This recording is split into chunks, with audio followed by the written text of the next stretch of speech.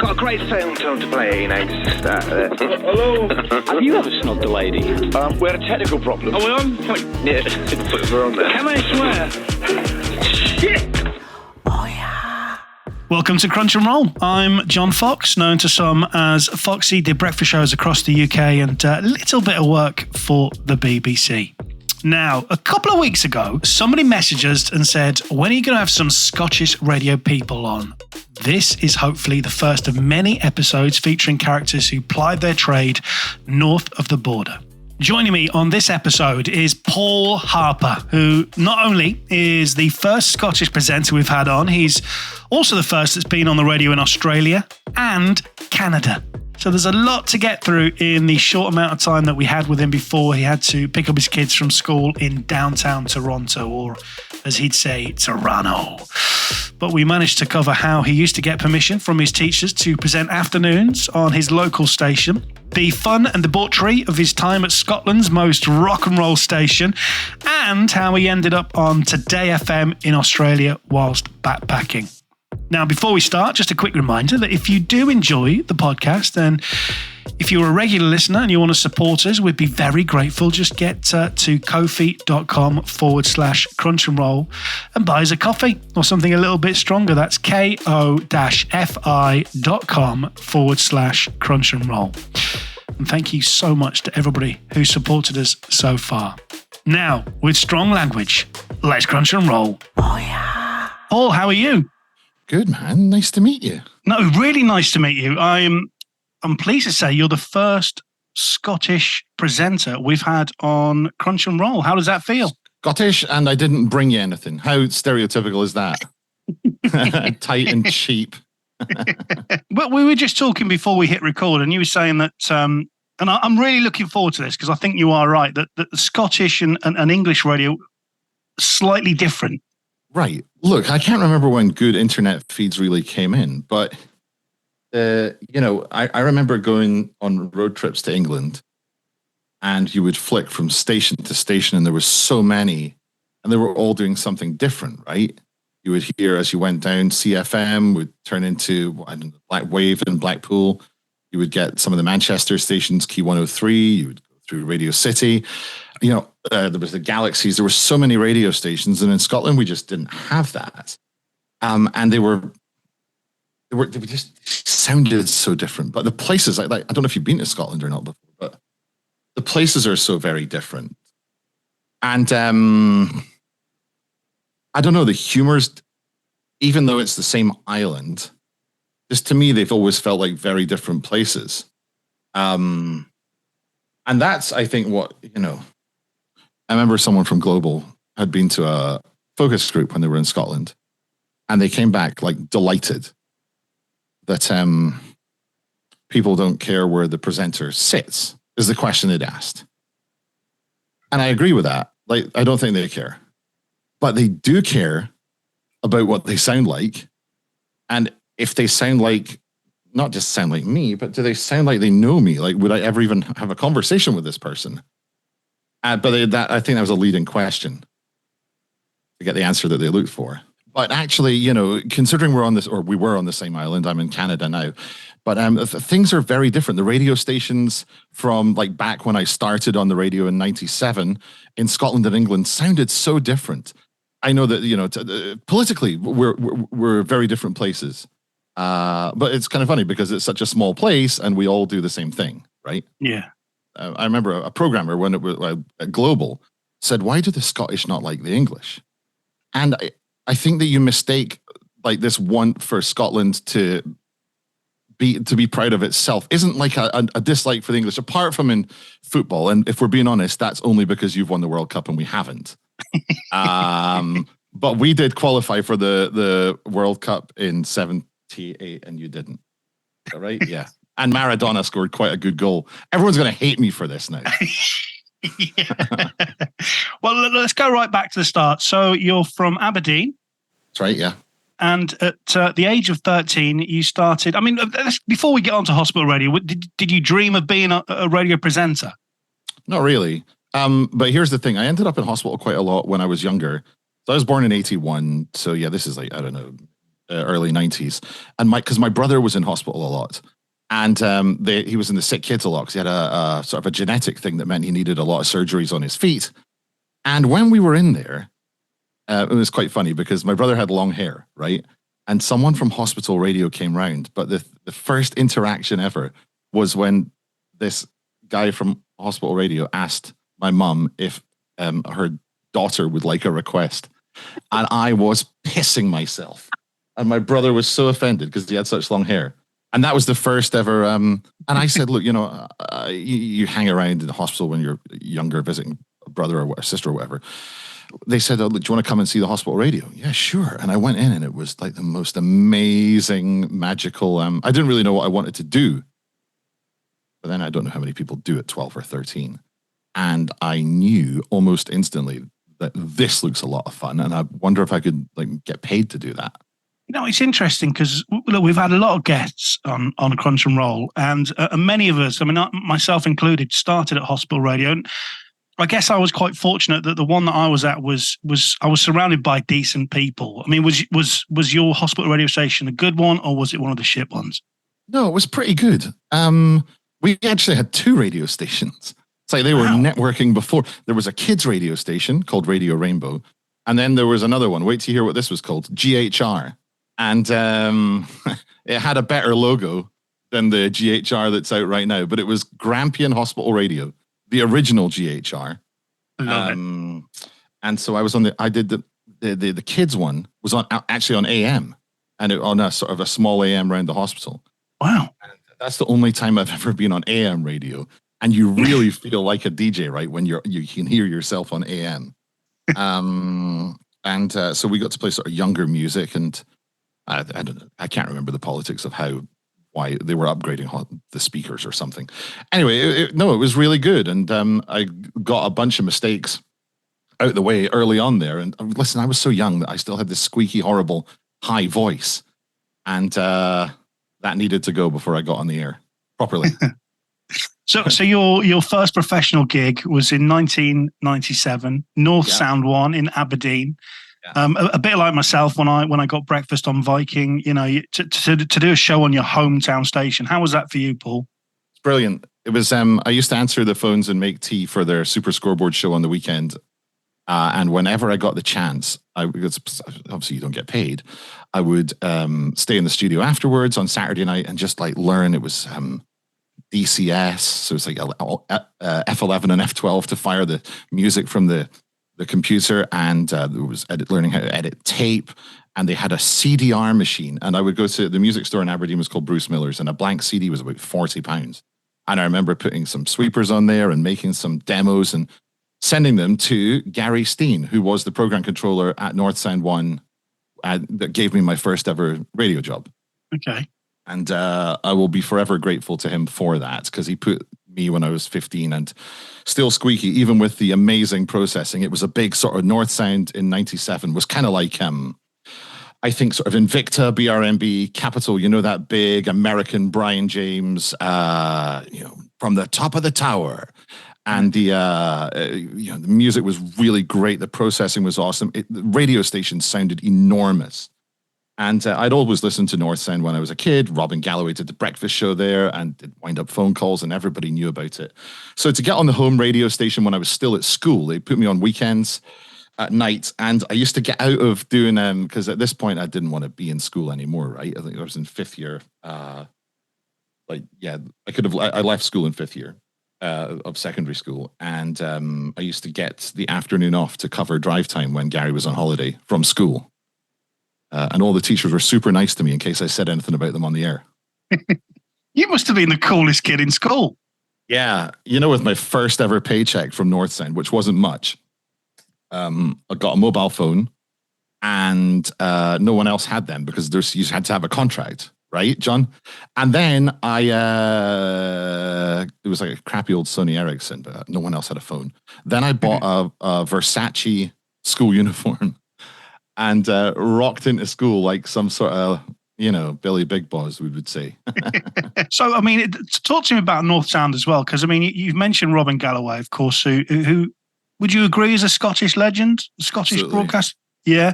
Yeah. And then Nikki Campbell, of course, was also a previous presenter there as well. So I mean, there's some quality presenters went through North Sound. Sort of that northeast corner of Scotland produced some unbelievable radio talent. Bobby Hayne was there and went on to he was Virgin, right, when STV got Virgin, and Bobby was a big part of that. And gosh, I'm going to do it a disservice, but North Sound brought lots of people through the ranks that ended up in TV or on radio. God, I need to Google now and see who all came from there, because it produced so many people compared to, per head, per capita. Because Aberdeen's small. There's only 200,000 people up there. And it was a one radio station town for so many years. When you're living it, when you're in England, many people dreamt of being on Capital in the south, and then of course the north, maybe Key 103, Piccadilly. Yeah. In Scotland, what was the dream? What was the dream station? So the one that was sort of the big king of the hill at that moment was Clyde, because there wasn't really anything else. Like Beat 106 didn't come on till 99. Scott FM was on, but it was a little bit sort of. And in my hometown, there wasn't anything else. It's crazy, right? And I know that in England you had way more choice, but we didn't have that yet. And this was before digital radio. I remember a digital radio meeting. Oh my God, when the managing director Rod Webster called us all in, and he was again my first ever MD. He should have probably fired me a couple of times, but didn't. And he said, this thing called digital radio, and it's coming soon, and we could have North Sound 1 and North Sound 2. And North Sound 3 and North Sound 4 and North Sound 5. And I guess digital radio just, it all went a slightly different way. But that was back in 1997 they were talking about that. Right? Mm-hmm. All right. So you moved from North Sound, you moved to Dundee, and you go to TFM, and you take over breakfast there. I mean, you must have been so young, Paul, to take over breakfast. I know, right? And I was so bad at going to bed and getting up. And... I was just, at that point, I wanted to go to like a radio school or a radio college, and there was one in Dundee. But by the time I'd applied for it and they'd said you can come, I said it was too late. I'm coming to do the breakfast show in your city. It was in Dundee. So I kind of was ahead of the curve with the college course, and there weren't many of those at that time. I just wanted to be on the radio and have fun. And I've moved out at home early. I was, 16 and moved out of my mum and dad's house and moved into a party flat. And it was honestly just living the dream. It was great fun. And this was still, I suppose, this is was like still old school radio. When I went to Radio Tate, it was kind of like going back in time compared to North Sound. They still had carts, and you were using CD. I know, right? And, but it was exciting to get onto a big show. Fine, that was my first full-time show. Talk to me about some of the big stories when you were at TFM. I mean, you were a breakfast jock on a radio station at such a young age. You mentioned the party flat there, Paul. I mean, as long as you don't end up splitting from your partner, I mean, any stories you can share from that? Yeah, probably not. We no. So here's the thing: when I went there, I was still like 17 or 18 or what, I can't remember how it was. It's around that time. It was all a blur. That was the first time they said, "Would you want to go to Jamaica?" I went, yeah, well, yeah. Well, how much is it? Oh, no. You go to do your show. And I said, well, what? And we went to Sandals. Remember they used to do these big sort of radio. Yeah. They still do them in North American radio stations, Sandals, Disney, but they do them for barter. And so we went to Sandals. That's where I met like other UK radio people for the first time, like Cam and Sally and Cormac, who was their news person there on Galaxy. There was Coppo from Invicta. There was a bunch of like radio people. I'd never really been outside that Scottish radio bubble. And even then I was in the north of Scotland. So it was really cool to meet new people and sort of, hang on, you want me? And the breakfast show hours were so bad from Jamaica. Bear in mind, this beautiful hotel, all inclusive, as much drink as you want. And doing the breakfast show, you're on between 1 and 5 in the morning, local time. So we'd all get pissed afterwards and like fall asleep in a hammock or a jacuzzi or whatever in this beautiful, and there's all these pissed up radio DJs lying asleep. I slept in for the breakfast show so many times, and another Scottish radio legend, Ali Bally, was the program director there. Not his real name. Have you heard of him before? Ali Bally. No, I haven't. No. He's a Scottish radio legend. Not his real name. What made him a legend? So he was on Radio Tay from the very launch. His name is Arthur Ballingle, but the DJ before Kenny Page, who again another Scottish radio legend, was on the Voice of Peace off Israel. Kenny had said, "And coming up next, it's Ali Bally." So Ali Bally was born. Ali was sort of the voice and face of Radio Tay forever. And now, when you say Radio Tay in that city, they will say, "Oh, do you know Ali Bally?" So he was my program director. I remember he was tight with the money though. Sometimes like, it was so hard to get money back in these days. And this was before EMAP had bought Scottish Radio Holdings, and like a fiver was a big deal, right? And I remember getting a show rise of £5 more a day. But then I'd gone on a date with the newsreader, which he was super pissed about. So the next day he said, "And Harper, I'm taking your £5 pay rise back." And I was like, "What, man?" So look, Radio Tay was fun again. We had lots of, doing road shows, and that was before Prince William had come to St Andrews, or it was maybe about that time. But St Andrews University is in their patch, and if social media had existed when we did the beach party at St Andrews University, we'd have been the most viral thing ever. But it actually got shut down. This Tay FM roadshow on the beach because like there were so many people took their clothes off and were running in the sea. And like it was dangerous, and the cops. It's like a Prince William sort of crowd, right? It's like a really sort of Oxford or Cambridge crowd got lit up in St Andrews, and I was hosting what would have been a front page news story of the carnage and debauchery of the Tay FM roadshow, St Andrews. I love it. So the next move you go to Beat 106, which was a huge station, wasn't it? Beat 106. Yeah, and it was like a sort of a disruptor in Scottish radio. It was kind of like Galaxy, but imagine, if you don't know, it was like, imagine going to a music festival and you walk between the main stage, the NME stage, and the dance tent. That's what Beat 106 was. You would go from Kasabian to the Chemical Brothers to some new sort of DJ Tiesto track. Then they would play Oasis. It was unbelievable radio station and disruptor. Its music proposition, the way it sort of behaved. Robin Banks was on the breakfast show there at the very start. And when they came calling for me, it was Andrew Jeffries and Mark Finlay were the two that came. They were sort of doing a baton handover of Andrew passing to Mark, came to meet me up in Dundee, and we went for a lunch. And I remember they were playing my show in the restaurant on the speakers when we were doing the deal. And my bloody promo came on. And Andrew Jeffries went, "Hang on, stop for a minute," and was listening to the promo. Luckily, it was a really good promo. And at the end of the promo, he looked at Mark, and Mark looked at him and went, "Yeah, that was okay. Okay, you're hired."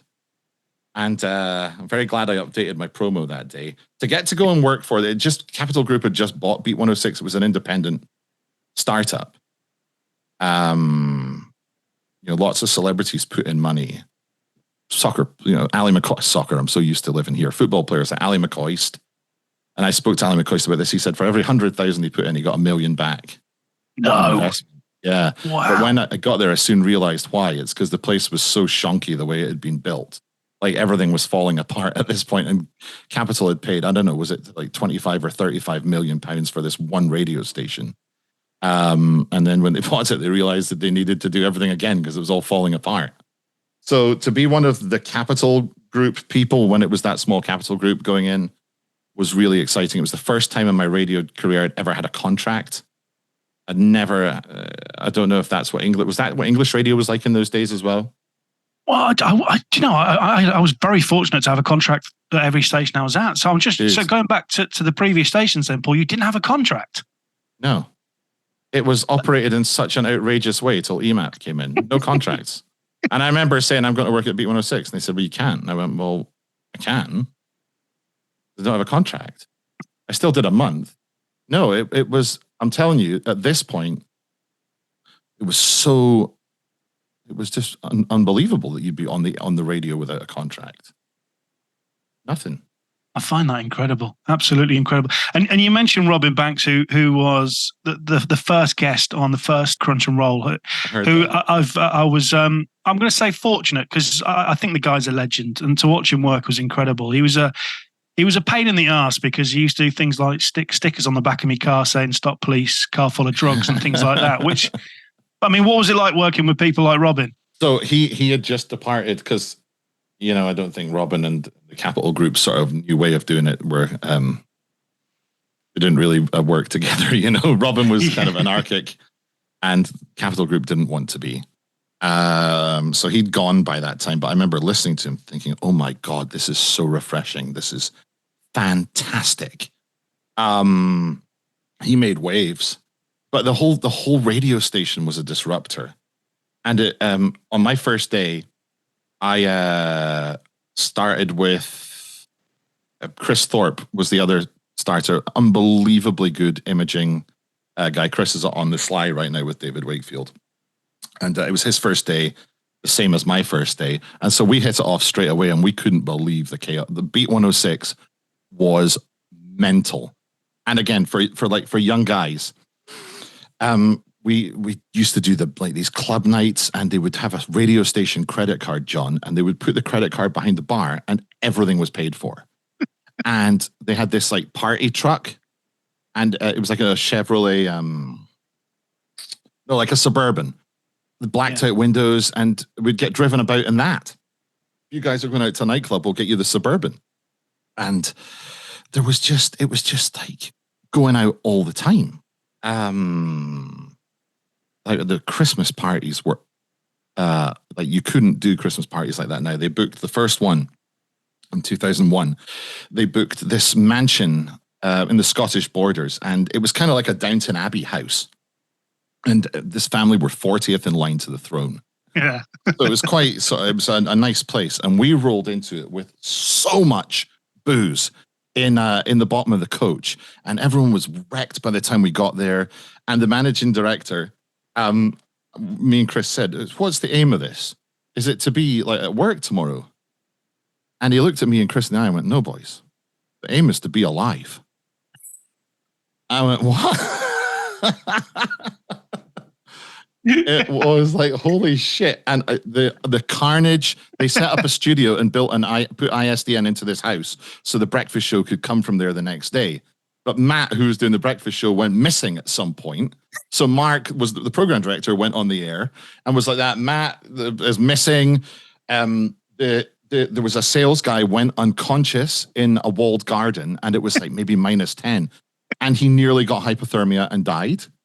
There was like went on to be my producer. It was his first Christmas party as well. So imagine we're in these beautiful old bedrooms, and he's throwing up all over the floor, and then he like pulled a rug from under a chair and covered it up.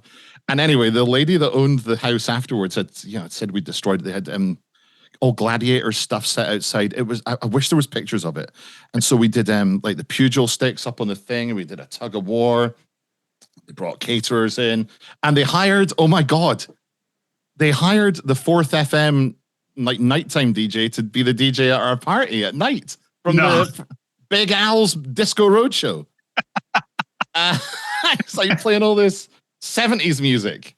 It was so fun. So your memories of Beat 106. I mean, I love how animated you become, Paul. I mean, I mean, you were still young at that point as well. Would you? I mean, you go on to some massive stations from there, but I mean, would you say the highlight of your career? No, because unfortunately, it sort of got wrecked. Did it? Why did it get wrecked? It was the first radio station I'd worked at that ended up where the marketing people. They had a big audience. We had like 500,000 listeners, which was great. But I remember like certain conversations about like it's the wrong audience.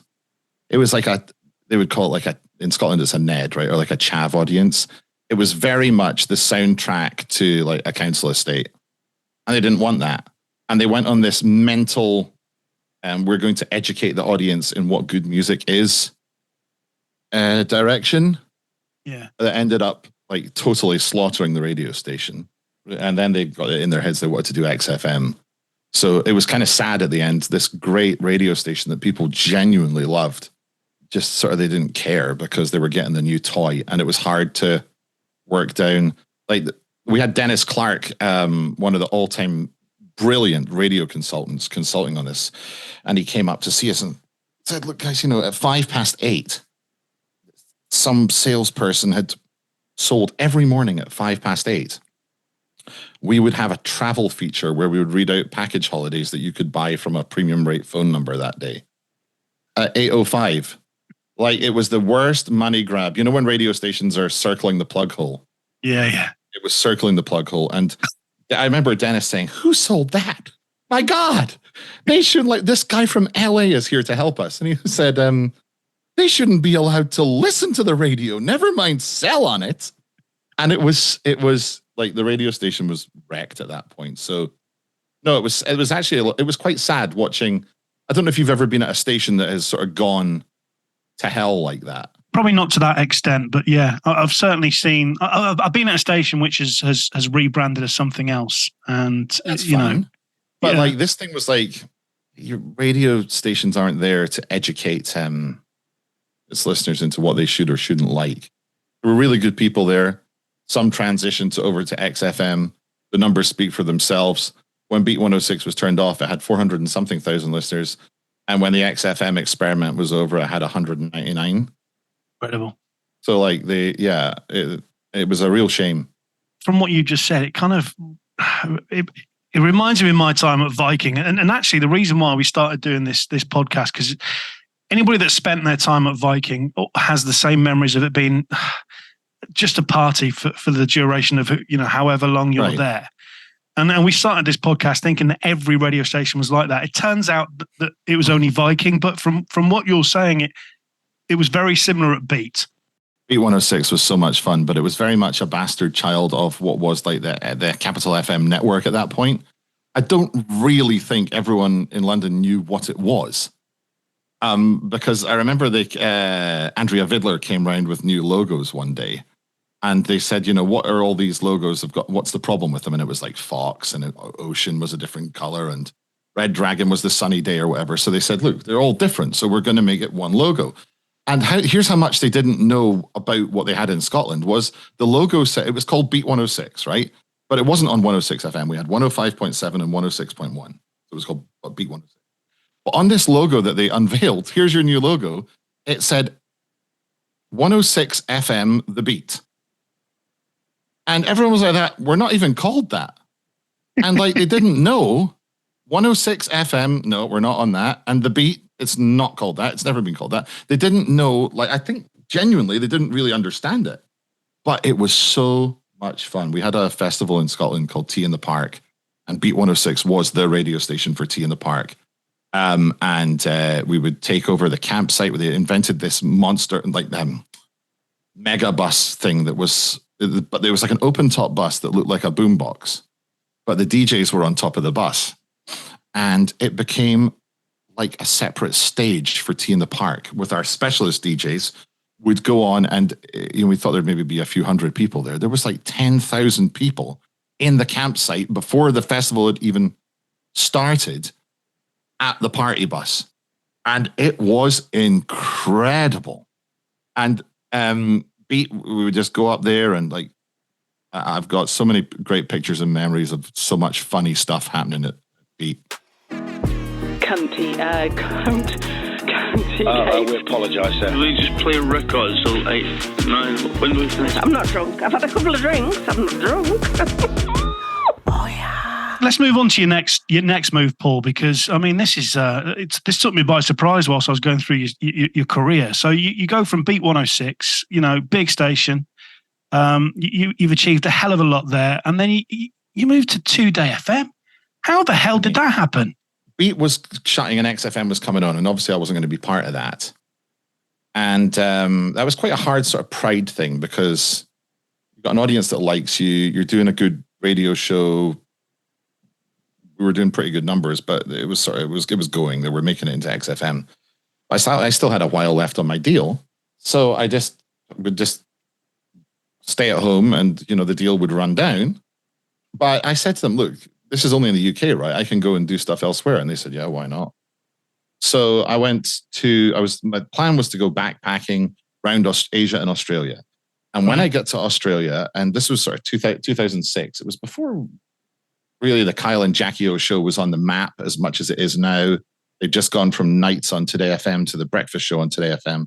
And Today FM had just moved from an old studio at the Bondi Junction to a brand new, Leicester Square type glass box in the middle of the CBD downtown Sydney.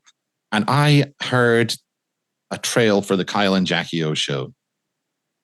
And you know what? I still have it. I can send it to you and you edit it in here. Kyle and Jackie O. I got my husband's gym bag and I found some condoms in there, and we don't use condoms. I'm having a day from hell. How long since you've used condoms? 9 years ago. It was all going so well. He said he didn't know how they got there. He didn't know how they got there. Oh. They weren't my condom. What about the suspicious calls when you reject the calls in front of me? It's a work phone. Why are you blaming me for it? You know my brother uses a gym bag. He goes to the gym in the city. I put my faith in you. He never wants me to go to the gym with him. Now's the time to just get it all out. Has there been anything going on that you want to tell her? The truth is, I am seeing someone else, Alan. I've had enough of the BS. You don't want to be with me anymore, is that what you're saying? That's why you cheated. Yeah, that's it in a nutshell. The Kyle and Jackie O Show. Weekday mornings from 6. 104.1 Today FM. It was the first thing I heard on Australian radio. Went, oh my God, I have to work at that radio station. Because it was so different. Then all plans were off. I'm not going anywhere. I'm going to get a job in Sydney. And so I demoed Nova and Today FM. Jamie Angel, the program director at Today FM, he was on that radio station as a personality for a lot of years. Yeah. And he got me in and said, look, I think there might be some like board op shifts, tech op shifts. Okay, great. And I went back to my shared house with 30 other people. So I'm sort of still living on the capital sort of money coming in, right? Oh, and funnily enough, I met this girl from Wales who's in the house with us. And she said, how come you've ended up here? It was like 30 backpackers in one house. French, German, Italian, Spanish, Americans, everyone, Canadian. And she said, I got made redundant. I said, what do you do? And she went, I worked in radio. I said, no way, so did I. And I said, what did you do? And she went, I worked at Red Dragon FM in Cardiff. Yeah. I went, holy shit. And then I said, so her name was Kylie. And I think she might work, what's that now? Capital. I think she might work there now, And so she'd worked in S&P or traffic or something. But how weird that two people that had just left Capital Group ended up in the same shared house in Sydney, Australia. Jamie Angel phoned me up one day and said, yeah, mate, change of plan. We're not going to use you for the board op shifts. We're going to put you on the air. I said, great. Like, wow. And he said, yeah, we've never had a voice before. And I said, so what am I going to be like? Because they all had names, Lab Rat did the drive time show, and they had Kate the Alien on there, and Loey did the evenings. They all had these sort of Aussie radio names. I said, I'm going to be like the Flying Scotsman or something. And he went, no, mate, you're going to be, and the first name was, you're going to be Mr. Miyagi, and you're going to be from Japan. I went, what? So the very first show I did, I had to say that my name was Mr. Miyagi and I was from Japan. And I said to him, but like, I'm obviously not from Japan. And he went, yeah, that's what's funny about it. So after the one Mr. Miyagi show, we decided that didn't work. So the new name got even better. Remember, this is 2006. So they were still quite the sort of the big thing, and they're back again now. My kids like them. I was Tamagotchi. Tamagotchi on exchange from Tokyo's #1 hit music station. And I would say, because I'm here from Japan, there's an Aussie guy in Tokyo right now doing the same show.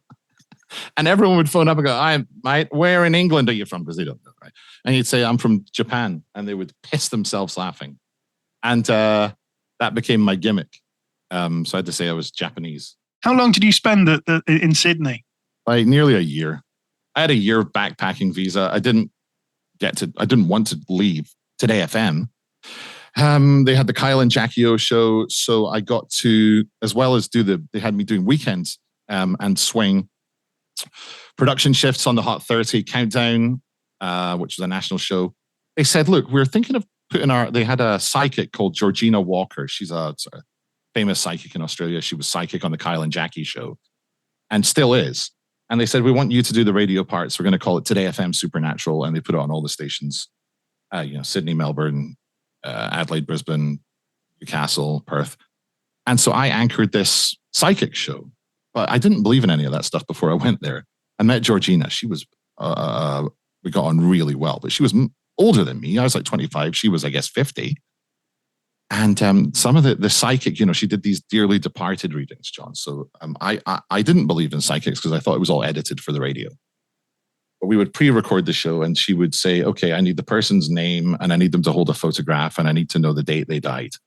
And so I would tell her off the air, okay, this is the person's name, this is the day they died. And she would go away and write down and sort of be in the zone for 15 minutes. Then we would record the phone call. So I know she hasn't spoken to the caller. And she would say, okay, hello, whatever your name is, dearly departed reading, say the person's name. Okay, I'm choking. My neck's tightening up. They were strangled to death. And, then the caller would be crying, but would never interrupt.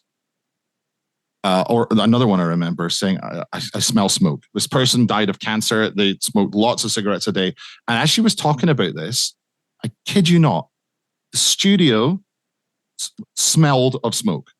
And it was so unbelievable. This was so exciting to me. So anyway, fast forward to now, Georgina just came to visit us in Canada. And I know we're sort of jumping around, but that's 17 years ago. And we're still best friends. She came to our wedding in Scotland 9 years ago. We went to see her in Australia and she met our kids when they were younger. And she was just here to visit us now. So a friendship was born at that time at Today FM. She's still Kyle and Jackie O's psychic, is on there every week, does another show with Mitch at night. And as well as that, I got to do some work for the Kyle and Jackie O show, which was great. They did these big event pieces then. Like they did this Kyle and Jackie O's longest show. And it was sponsored by Duracell Bunny or something. And I ran the board and worked with their show on the ideas. And I smoked then, John. And so I would go smoke. Kyle and Jackie both smoke. I don't know if they do now. And so I would go smoking with Kyle during that. And he went, like, he's a no shit guy, like in real life. And this is back when he was younger, so wasn't as chilled out as he is now. And I remember him saying to me, like, I'm bloody impressed that you've come all the way here and got a job on our radio station. And he was really good to me. I got to do some bits on the air with Kyle when it was for McDonald's stuff because he was the McHappy Day. Even then, here's the size of stars they were in 2006, and there's nothing like they are now. It was McHappy Day coming up, and Jamie, the PD, said, look, do something with Kyle on the phone on McHappy Day when you're on the air. But he said, there's this number, but don't tell him I gave it to you. All right. So you got it from his manager or something. Imagine like the PD not wanting to give out the Breakfast Jock's number to another jock on the radio station. But they were such power figures then. But even to be part of that team, that like the ethos at Today FM, and I have the handbook somewhere, but it was very simple. If you don't work hard here, you won't be here long. It was a mighty radio station and miles ahead of anything I'd heard before. It was insanely good. We're having a party. Oh yeah. You spent some time in Australia. I mean, you worked with some of the radio's biggest ever names, and then you move back to Scotland and you go to Real in 2007 to take on Mids. I mean, that, again, another big station, Paul. You're moving from just powerhouse to powerhouse. You know what? Like a lot of us radio people, I'm afraid that I got in a mess with my tax when I was younger. And I know that anyone that has worked in radio through these times before that, whatever it is now, where they take the tax, we've all been there, right? So I had to go back because I was screwed. My visa was running out.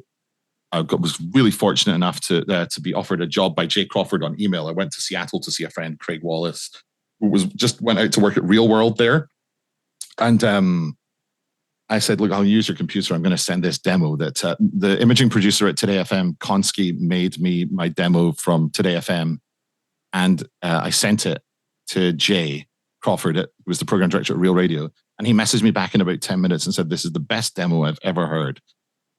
You're hired. Your new best friend, Jay. And he didn't tell me what it was for or anything. That was it. Like, just an email. So I wasn't even back in the country yet. Already had a new job. And the demo said something like, yeah, we call him Tamagotchi, but his real name's Paul Harper. What was the PD on? Crack? And then it went through the thing. And then at the end, it went, Paul Harper, Tamagotchi, whatever the fuck you call him, just fucking call him and give him a job. And it was so like, what is this? It was a great demo. It wasn't exactly suitable for Real Radio, but Jay was a good enough program director to see around that. Went, yeah, you come here. We need a younger, I think Real could have been in danger of sounding sort of stuffy and older. And he brought me in and we had some huge success. That Real Radio in Scotland, like Scotland and Wales, were absolute monstrous radio stations. Yorkshire too, monster radio stations. Is it true that your show, I mean, you talk about the success there, but I mean, your show was bigger than Forth and Clyde combined? Yeah. Yeah, just the cume, Paul. just the cume of one show was bigger than whole radio stations. That's mental, eh? Yeah, it is. At one point, Real Radio had a 31% reach and 800 and something thousand listeners out of 2.4 million. It just dominated, and it got to the point where a Real Radio, we were like one nail away from the coffin of the other radio stations when someone decided that instead of promoting what we were doing successfully, they would invent Barry the Basset, a dog that they put on all the TV commercials. Do you remember that? I remember that dog. That was the end. When they started promoting a dog, a fuzzy dog, over... I'll seriously for a minute. When Real Radio was autonomous at that point. We were doing Renegade or Fugitive Renegade, and it was just it captivated the country's imagination. We would sit in a room, and Jay would say, "Okay, what do you want to do as a promotion?" Or we said, "Well, we want to give away a car a day." Okay, and then Win a Car a Day in May was born, and we gave away a new car every single day in the month of May, guaranteed winner. And they structured it so smartly, and it was partnered with the Arnold Clark, who now are a big UK spender, was a Scotland-only client then before they spread out, and the Scottish Sun. And so the Sun would print a picture clue in the newspaper. Arnold would provide the cars, and we would do the radio. And it was amazing. We would, 10,000 texts a day. You had to find the car and text in the license plate to win the car. And, the first clue of the morning would be, it's a blue car.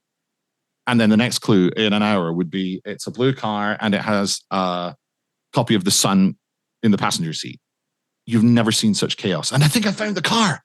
All right, where is it? And it's not the car. And so we did that, but it got so mental that people were following the drivers around. They found out where the cars were coming from. We had to get the cops in, because there was like people chasing drivers on the motorway to try and see where the cars were going. We should give away a holiday home. Okay. Great. So we got a holiday home, gave it away. Okay. But it wasn't, our standards were so high. We were benching against ourselves. It should be in Florida. Yeah, that was a bit shit, wasn't it? It was just in Spain. It should be in Florida. Okay, let's get a Florida one. It was just amazing. And, when you do that on a local level, you get 809,000 listeners a week. It's incredible. You talked about the Renegade there, which was, so many of us nicked that idea because it was so successful. And we did it on a couple of stations that I was part of, one of which didn't have the budgets that you had. And I remember, because you used to give away the first clue at 8 o'clock, and I think it was the 210 FM Fugitive, I think it was. That's what we called it. And I think it was like, and this morning, if you find the Fugitive, you can win £200. It's like, nobody's going to look for this. But it's like, It's not going to work. It was mad money, £5,000. I remember Jay once said, okay, we're going to do one where it's going to start at £10,000 and every minute it's going to drop by £100 or something like that. Or every 15 minutes it's going to fall. But anyway, the guy, he got caught after what his clue was. I can tell the time from here. And he was outside a church. Anyway, he got caught within 1 minute. And I remember Jay going, oh, fuck, the budget, man. What are we going to do with the budget? Jay always said, man, my budget, man. Oh, Jesus. But I remember talking about the Real Radio Fugitive Renegade in Australia before I went back. I said, oh, they're doing this thing in Scotland. And Jamie Angel, my program director at Today FM, said, yeah, I invented that. And right enough, Today FM in Sydney was the first radio station to do Fugitive. And that's why Real had to change it to Renegade, because they wanted licensing money for it, right? And they didn't want to pay the money. So they changed it to Real Radio Renegade, which was actually better anyway. Yeah, we all changed the name. We all changed the name, Paul, because we couldn't afford it. No one could pay the money. We had some crazy stuff. There was someone got punched in the face in a Starbucks. There was someone else got out of a car and tried to stab something. Like, things got crazy around the Renegade. I've got a phone call somewhere of someone saying, listen, the Renegade's in Livingston, commuter town. And I'm worried it's going to cause an accident. I said, well, we're trying our best. We always said, keep it legal, please don't speed. And she went, yeah, but someone nearly crashed into my mum's hearse. And they were like steamrollered through a funeral. These people. It was insane. And one game, I got to be the Renegade. It was Guest Renegade Day. We were always putting twists on it. And I was the Renegade, and I was in IKEA in Edinburgh. And it's the most horrible feeling being hunted like that. Even though it didn't matter if I got caught or not, I really wanted to stretch it out for the longest time. So I called in, had the disguise voice. We put twists on it all the time. And David and Jay and the Real Radio team just made that such a fun, captivating competition. We have the mutual friend who's kindly put us together, Paul, a guy called Barry Hodge, who is one of the greatest producers I ever worked with and somebody I love dearly. He of course, works with yourself and knows yourself. And he said that I need to talk to you about the time that you did the interview with the Saturdays. I had the Saturdays on live, and I said, all right, if you want to talk to the Saturdays, call in. We're doing a Saturdays lunch. It was like a game to put in the most silly name, which I guess you couldn't do for GDPR now. But every single phone line was one of these stupid names. So on line 1, it was Saddam Hussein, insane in the membrane. On line 2, it was Osama bin Laden. On line 3, it was it was someone called Aggressive Linda. It's obviously someone called Linda. And she'd been aggressive to someone on the phone. And in the comments, you write the name in the first. So it's Aggressive Linda. And in the comments, someone had written, she'll knock your block off. So the Saturdays answered the phone and they went, oh, hi, Linda. Is that Aggressive Linda? Says here you'll knock our block off. And she went, why does it say that? Oh, shit. That was so bad. And like all these, like, honestly, man, all the names were outrageous that were in the phone box. Every like mass murderer and criminal and all these names are phoning in all at one time. But Saddam Hussein, insane in the membrane, it was too much. We had to. They all got deleted after. Oh yeah. Now, like myself, you then sit through a rebrand into Heart, Scotland. You do drive. I mean, did you enjoy? I know the answer already, but did you enjoy the rebrand, Paul? They got us a new building that was really nice. We had nice desks. Look, I got to work with some nice people. I think that it was a mistake what they did with that radio station, and to their credit, Global have rode back on that recently in Scotland and have put all local shows in, from the breakfast show middays, afternoons, and drive on both Heart and Capital, because it was really hard being on a radio station that the audience hated and were telling you they hated. Yeah. That's it really. I won't, It was tough for all of us, I think. It was tough for most of us anyway. At the end of it, I won't run them down because Ashley Tabor did a letter for me for our application for our visas to Canada. I asked, like, on my way out here, my wife and I had decided, right, we're going to go to Canada. And so when it happened, when I went up in the lift and Robin Galloway was coming down and he said, if there's an envelope on the lift, you're fucked. An envelope on the table, you're fucked. And I went in and I saw an envelope and I was like laughing, honestly, because I was ready to go to Canada and I knew I had time left on my contract. Maybe you were the same, and I'm just going to play the game. And I smiled all the way through it. And at the end, I said, look, fine, I'll be professional to the very end. I'm going to do great shows till the end. Wish you all the best. And I'd like Ashley Tabor to do this, please, for our application to become permanent residents of Canada. And in the end, he did. So I'm really grateful for that. Fair play to him. All right, so from Heart Scotland to Pure Radio. Tell me about Pure. What was that? Well, so the day of the firings from Global, Adam Finlay, whose dad Richard was the chairman of Scottish Radio Holdings that sold to EMAP, the Clyde and Forth, Tay and Northside, and Adam Ben, so his son Adam, had followed in his dad's footsteps. Richard Finlay was a radio pioneer, started Radio Forth, and Adam had followed in his footsteps and had been the managing director at North Sound and Radio Forth. We never worked together, but we did always know each other. And then he owns Original 106 in the Northeast, in Aberdeen, my hometown. And we'd never worked together. And so he'd messaged me on the day and went, look, I heard there's these meetings happening at Global. Are you okay? And I said, yeah, I'm okay.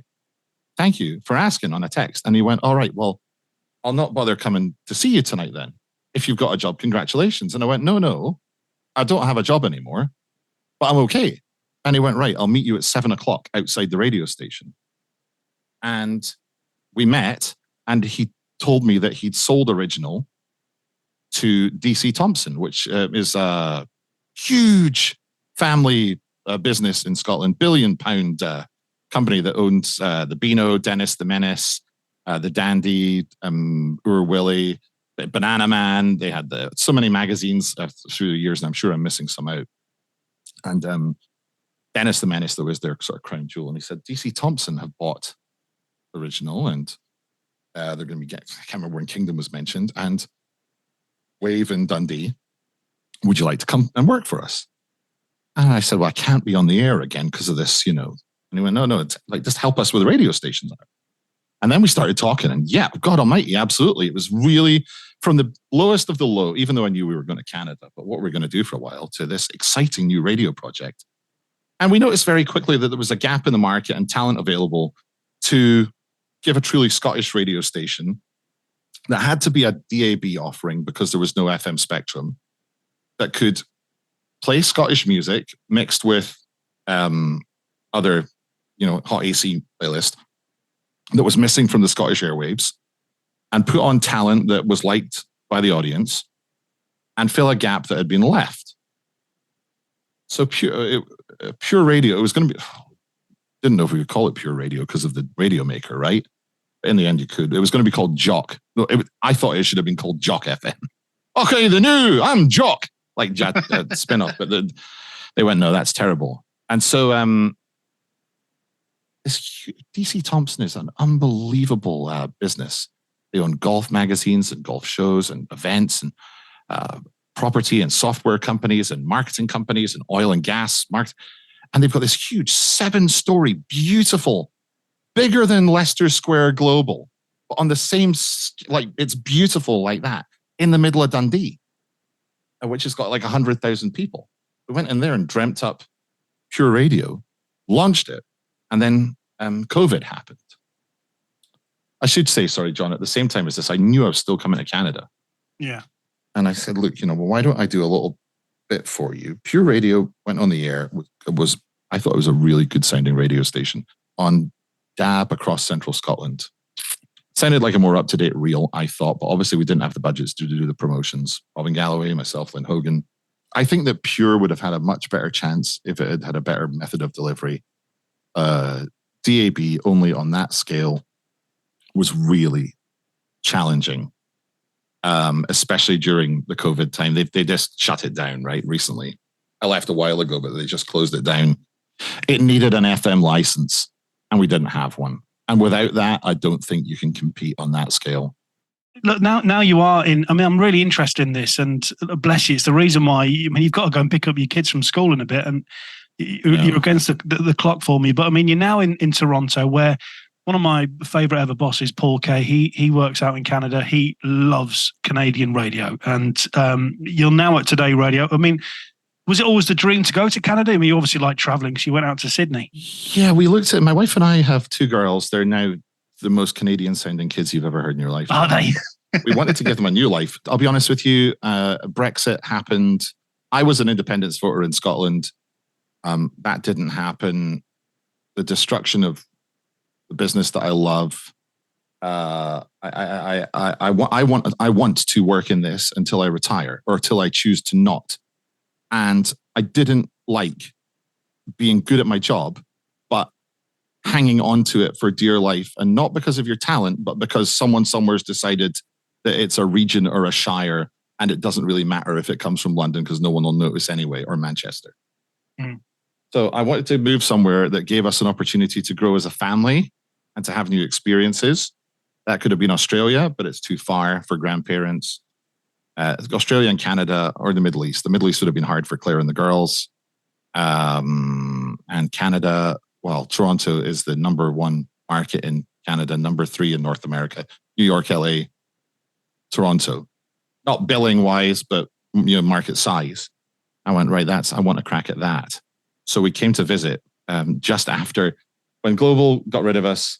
I signed a deal with DC Thompson, went to WrestleMania with my brother in New York, and then the next week flew back, then came back to Canada for 3 weeks with Claire and the girls. Decided instantly we are going to live here. Toronto is the most, you don't say the second T, Toronto. Yeah, you sounded Canadian there, Paul. What Toronto, happened there? Toronto. I've been so conscious not to talk about sidewalks or garbage or any of that stuff that you're going to roast me for. First walk on St. Clair Avenue, which is ironically where the radio station is that I work for now. We went, oh my God, this is brilliant. This is it's a mixture of all the cities and places that we like. World lives here. Half of Toronto is from somewhere else, born somewhere else. It's a multicultural market. It's got so much good going for it. We were able to come to Canada, look at great expense and a lot of work, but I don't mind that. I don't grudge that. We've been given a new life and a new opportunity and a chance to grow. And we get to do so many awesome things in this part of the world and have so many experiences. And I was fortunate enough, whilst doing the Pure Stuff from home, to get a gig here on Boom 97.3 in Toronto, which is a classic hits station. But it's a brilliant classic hits. It's like CBS FM in New York. I kind of think this is what they should have done with Greatest Hits. It's like same music, but not sleepy sounding. They play every song like it's a new song. The personality burst out of the radio on that radio station, and it's always a top tier, top 3 in the city. And I got to do weekends on there straight away. Every talk break has a caller, but it's over the intros. The music format never stops, so 10 seconds, 15 seconds, playing these mega hits. Yeah, it's really good. It's like CBS FM, Broadway Bill style. Obviously, I'm not rhyming all the time over the vocals at the posts, doing the most Broadway Bill. But it's, a big sounding radio station. But they really took to me. And the fact that I would position myself as, listen, I've just arrived here. I love my new home. They liked that a lot. And I meant it. And Stingray, the company that owned Boom, said, look, I got to do the breakfast steps on Boom. Never have imagined in a million years we'd come to Canada and I'd get to do cover for Stu Jeffries does the Boom morning show, and it's a huge show. And everyone that covered it, it's a bit of a daunting task really, because his audience are quite, they'll tell you, right? But I was like, okay, let's do this. And they were really kind to me, thank God, because we've all got a little bit of an ego. But they really welcomed me and sort of got it. And it went really well. Performed well on Boom ratings wise, and just with the right attitude. I think I made mistakes through my career. I'm sure given the chance to go back and do things again, we would have all done things differently. Yeah. And I've really tried to act on those when we got a fresh start in Canada. And, going from being a breakfast jock to being a weekend jock again here, you're starting your career again almost. Fortunately, the programmers there said, look, we've got an opportunity. We're thinking of doing this format from Calgary, the Today format. And it's a sort of a Jack FM female leaning music variety station with spice and topics. So there's call-ins all the time. It's like a conversation. It's open. It's a companion at work. And I listened to Calgary. It's the number 1 station in Calgary, and it's the same owner in Edmonton. And they said, yes, so we're going to flip this license, not Boom, but another one they own, to Today. What show do you want to do? Breakfast show. And they were open to that. And I've been incredibly fortunate that Steve Jones and Steve Parsons are the national program director and the VP of radio for Stingray, and my program director, Crosby McWilliam, have taught me so much. Bear in mind, you're learning a new city and a new country at the same time. And this new format that we're all learning together has been brilliant, because there's no easy show. It's hard work. It's very hard work, but it's the most rewarding format I've ever done, for sure, John. I've got to say, you and I have never met, and it's been fascinating listening to your career. And what I think I'd take away from this the most is I admire how you've chased your dreams. I mean, to the point where you move your family so many miles away, but you've not just chased it, you've achieved it. You've gone for it, you've got it. And I admire that, Paul. I think it's incredible. Thank you. Well, maybe we'll meet one day. Everyone now comes to our place for free holidays, right? So, my old co-host from Beat 106 was just here, actually. And he said, we'll be back for another free holiday soon, Fraser. I hope. Well, this podcast is hugely popular, Paul, so you can have a long list of people getting in touch and say... I'll give you my email address. Just drop us your dates, and we'll fit you in between my mum and dad and my wife's dad. Well, Paul, it's been amazing having you on, so thank you very much for your time and being on Crunch and Roll. It's been incredible. Thank you. Thanks for listening. And it was nice to chat, and I'm sorry I have to go and get the kids. I didn't know if that was just a euphemism that you were talking about when we first started. Right. But you need to go for kids. Yeah, wink, you need to go for a dump, Paul. You should have said at the start. But if you're actually, thank you so much, mate. You've been listening to Crunch and Roll with me, Paul Harper. Subscribe on your favorite podcast app to get every new episode as soon as they drop. Crunch and Roll is a 969 media production presented by John Fox and produced by Simon What's His Name. Oh yeah. We have the mutual friend who's kindly put us together, Paul. A guy called Barry Hodge, who is one of the greatest producers I ever worked with, and somebody I love dearly. He of course works with yourself. Yeah. So I love Barry too. Barry got fired from Real Radio for so we'd had a bad radar day, and when I say bad, we'd had like 725,000 and not 800,000 listeners a week. Got to do something. So Barry got naked. And when Ed Miliband was the leader of the Labour Party, streaked Ed Miliband in the newsroom, which wasn't a great idea. And something to do with Labour and the Scott Trust or something that was part of GMG. Someone had phoned someone at The Guardian, and basically that was it. So Barry had to go. And I think they could have stopped it, and Robin. Can I just? The thing is, Paul, Barry's told me that story, and it's one of my favourite radio stories. and Barry, the way Barry describes it, and obviously with your beautiful Scottish accents that you both have, he says, and what I did is I waved at him like Pudsey Bear, and it's that bit. It paints the picture in my head. It's just beautiful. I'm like, Barry, what a legend. But so Ruffy, who was one half of our football phone-in on Real Radio, Alan Ruff, was the Scotland goalkeeper for the 78 World Cup and the 82 World Cup. A real lad, very much a laugh. He's like clowning around in the changing room, was always good banter. And when Ruffy had been in the building and he came into the studio, because I was on the air when this was happening in the newsroom, and Ruffy went, oh, fuck.